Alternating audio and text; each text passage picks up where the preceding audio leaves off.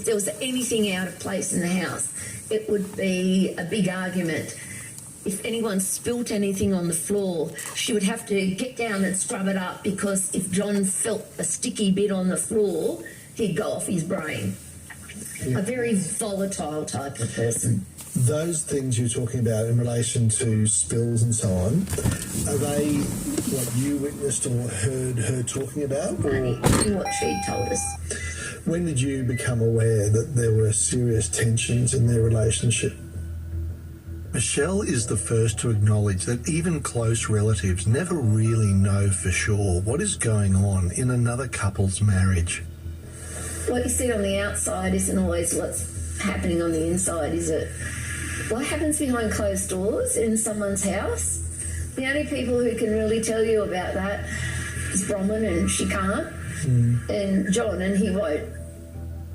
Perhaps the relationship was always doomed. Michelle believes she can put her finger on one of the most distressing and serious catalysts for it to go irretrievably bad.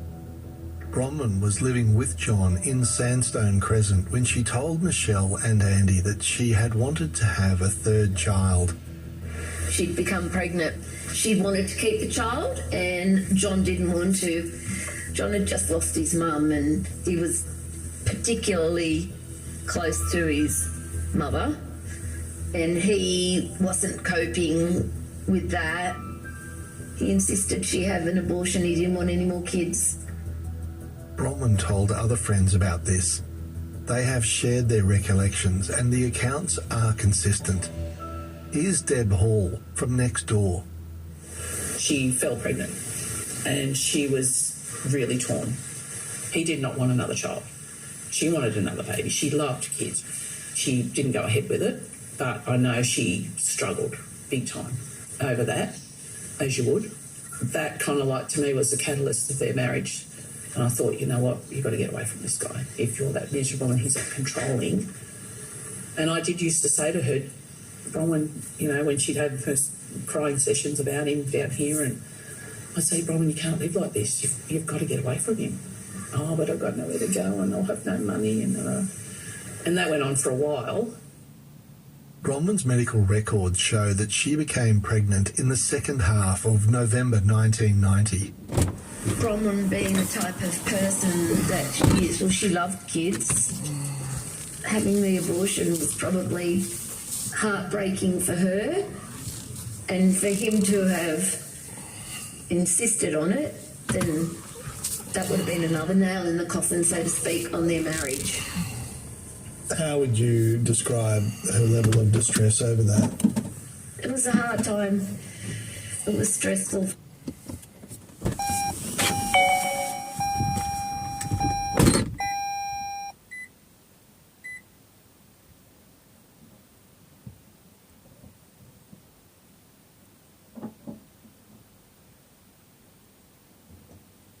And that's when, in that conversation, she had said to me again, if anything ever happened to her, would we make sure that Crystal was looked after? Would we look after Crystal? But you never saw any signs of physical assault or bruising on Bronwyn? No, I can't say that we did, but we weren't living nearby anymore. They'd moved to Lennox Head. One day, Jody came around to visit. Mitchell was little and he was just born. I was asking Jody how everyone was. I instigated a bit of talk about Bronwyn and John, and she had been living up there, and then I know she went up and down fairly regularly, so she saw them a lot more than we did. I said, did they ever argue? Like, was there ever any arguments and stuff like that? And she said, oh, I remember one day Bronwyn was sitting in a chair and he picked her up in the chair and dropped it with her in it. That was an argument they were having, and I was like really surprised, like I hadn't heard stuff like that before. And I had written that down, of course, and That was in 1993. And when that was brought up at the inquest, she couldn't recall having said that or denied it, one or the other. Crystal used to say that there was lots of yelling and arguing. I know Bronwyn wasn't allowed to look sideways at anybody. He was a jealous person.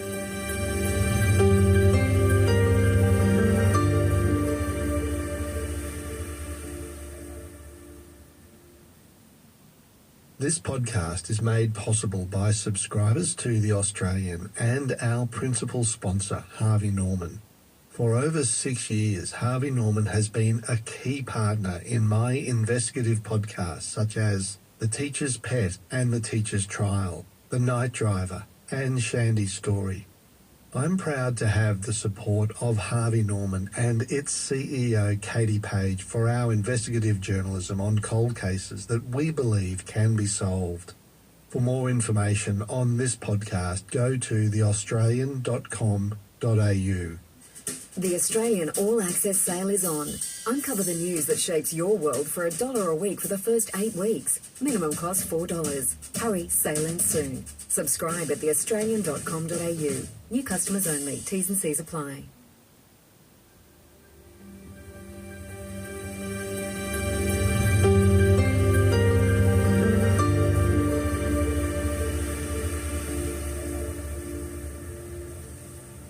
In her writing in 1993, Bronwyn refers to a platonic friendship she forged with a single dad and his child. They were housemates for a time shortly before John and Bronwyn started seeing each other. A genuinely nice man, but he was a friend. Wonder how they were going, as John would have had a fit if I'd rung to see how they were going. He would have thought there was something going on. Paranoia. Here's Deb Hall. When I first met Bronwyn, they were building the house next door. And I was out the front here on my veranda, and she came down to introduce herself. You know, we got chatting and hi and welcome to the neighbourhood. And we were chatting, we had things in common, we had kids and about the same age. She was about the same age as me. But whilst I was talking to her, she kind of broke down. And I hadn't met her before. And she started to cry. She said, I've just got some things going on with my husband. And I thought, I don't even know you. And that struck me. And I went, if there's anything I can do, let me know. She didn't sort of elaborate, and I didn't kind of push the agenda. And then she went. When they moved into the house, we got to know each other very well. She would be here a lot. The reason she would be at my house was because John would not allow anyone to come to their house. John was an absolute neat freak. I mean, you could eat off the floor. Nothing was out of place. And Bronwyn was neat, but she wanted a house to be lived in. They had kids. So I had 4 kids, but they were never allowed in the house. If they went up there to play, they had to play in the garage. But quite often she would offload to me a lot about him. How, he wouldn't let her have this, he wouldn't let her do that. And when I spoke to him, it would always just be polite conversation.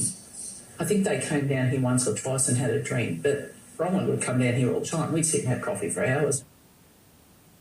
In early 1990, Michelle and Andy were newlywed and holidaying in Queensland for their honeymoon. They decided to stop in at Lennox Head on the drive back to Sydney to see Andy's sister. And Bronwyn and the kids weren't there, only John was. And we kind of thought, that's crazy. Where are they? And he said, they're in Sydney having a holiday, I think was what he said. We found out later that he'd up and left Uncle John's house, which is Andrew's uncle, and left them there and taken himself back to Lennox Head. There'd been some sort of issue, and that was probably, I don't know, I suppose when I first started to think, that's a bit crazy, who does that? There was another incident remembered by the Reid family and cited as evidence of John having a callous disregard for Bronwyn. Bronwyn's Uncle John and Auntie Leah were hosting Bronwyn and John Winfield with their young children overnight in the Reid home in Sydney. It was Christmas 1992. And he said he was going to Newcastle to look at a car. And I said, are you going to be back for dinner? And, oh, yes. We cooked dinner and waited, and he hadn't turned up. And I said to Bronwyn at about 9:30, do you think he's coming back? And she said, no, I don't think he is. And she was left here, and we were going overseas within a couple of days. We gave her money, and we had nobody around here that could help her. That time when he didn't come back, she indicated that they were having problems. It was really strange. And it was his father that came and picked her up and drove her back up to home. Obviously, John had taken off and had no intention of coming back and picking her up. Yeah. Bronwyn's cousin Megan Reid says she was there and that the occasion was a lunch on Boxing Day, December 26, not a dinner as remembered by her mother Leah. Boxing Day was a Reid Christmas, always, the whole turkey and all the rest of it. And so Bronwyn and the family, they were all there. You never would have thought anything was wrong, no fights or whatever. And he said he'd be back by 1:30, 2 o'clock for lunch. Well, he never showed up, and it wasn't until about 9 hours later that we found out he was back at Lennox Head, but he'd just driven back. But what was his explanation for just taking off? Well, there wasn't one. We never got an explanation. We were gobsmacked, to be perfectly honest. Mum and Dad didn't know what to do, and John refused point blank to pay for them to be flown home. This is the second occurrence. Very, very strange.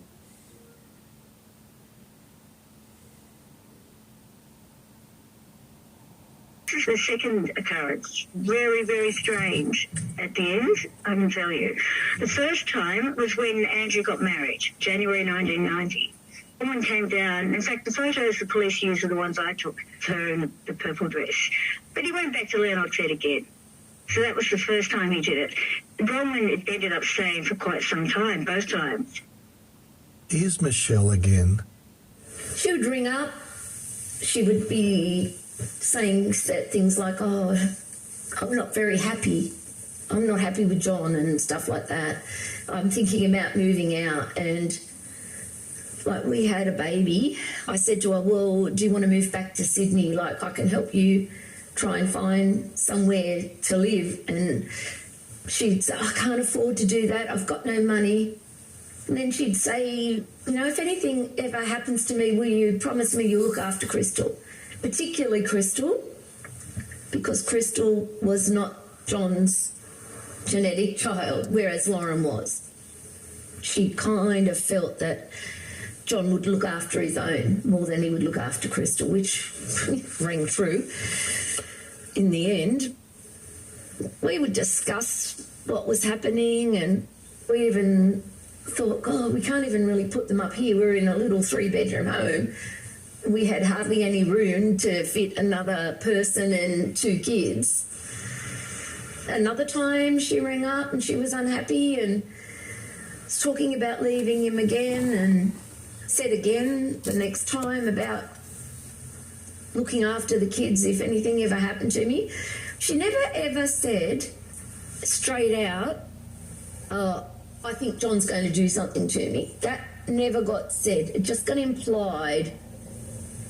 When she was saying words to the effect, if something happens to me, I guess there's a couple of different ways you can interpret that. She may self-harm, for example. She might have a health issue, or she may be fearful of a partner. Do you recall what you took from it at that time? Oh, definitely fearful. We knew she wasn't unwell. She would never leave her kids. She loved those kids wholeheartedly. Like, They were everything for her. it was fear. It was fear of John. I just knew that. Why do you think she didn't actually express that bluntly? Maybe her fear of him finding out she'd said that. Michelle recalls Bronwyn telling her about John's volatility and his intolerance for visitors in his house, his castle. He didn't want anyone there. He didn't want her having friends. A really strange bloke. Andy, around this time, when Robin was telling you about her troubles in the marriage,